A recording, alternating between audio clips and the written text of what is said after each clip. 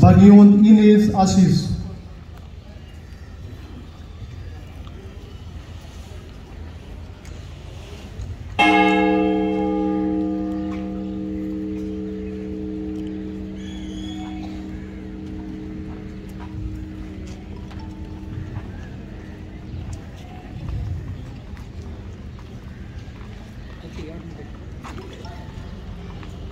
Bagion Inês Assis दोनों हातांनी बाळका जेजूक वेगून आसा.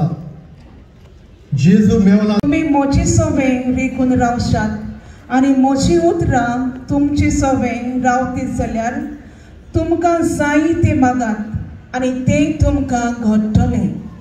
नियाळ जेजूच्या मोगान पडशी जाल्यार सगल्यो दुसऱ्यो वस्तू तुका कळू जातल्यो.